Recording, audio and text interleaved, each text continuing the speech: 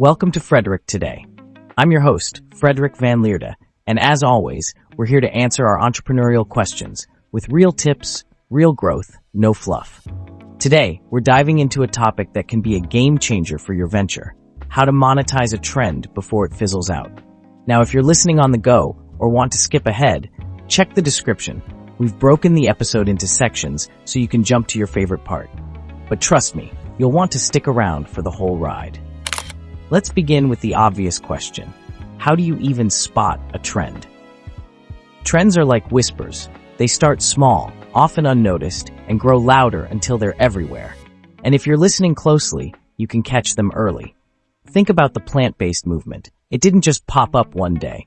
It grew out of concerns about health, the environment, and animal welfare. Brands like Beyond Meat saw the signs early and turned what could have been a short-lived curiosity into a long-term billion-dollar market. But not every trend is worth chasing. Remember fidget spinners? A quick buzz, but no staying power. So how do you know what's real? Here's the trick. Ask yourself, does this trend solve a real problem or fulfill a deep desire? If the answer is yes, you're onto something. One way to stay ahead is by using tools like Google Trends or monitoring platforms like TikTok.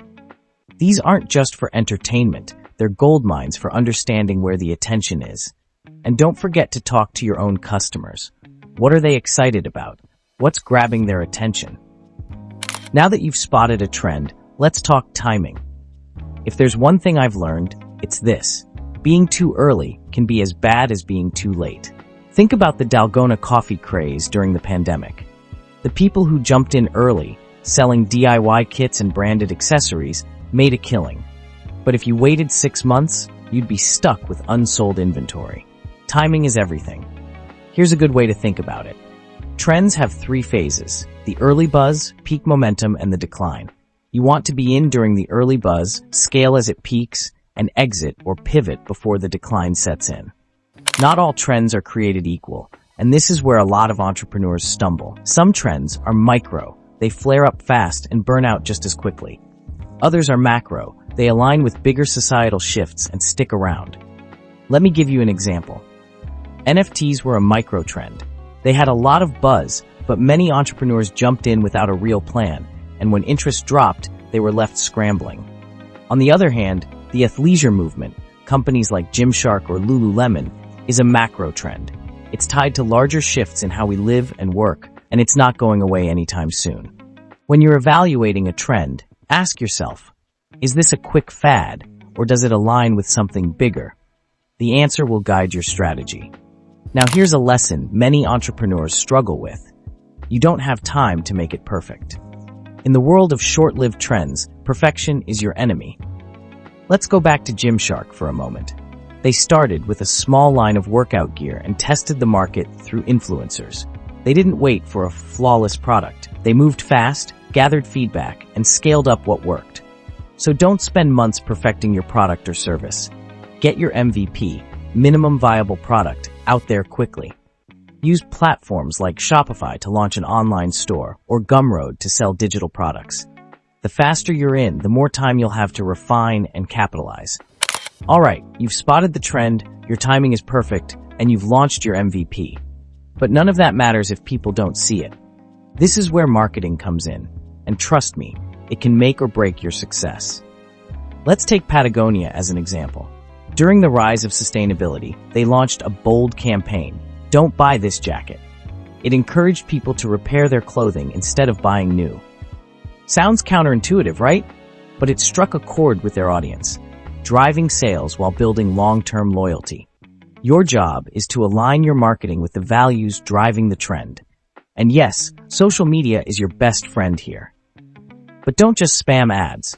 Partner with influencers who genuinely connect with the trend's audience. Authenticity wins every time. One of the biggest mistakes I see entrepreneurs make is getting stuck in the trend itself. Trends are fantastic launch pads, but they shouldn't be the end game. Think about Peloton. They didn't just sell bikes during the home fitness boom.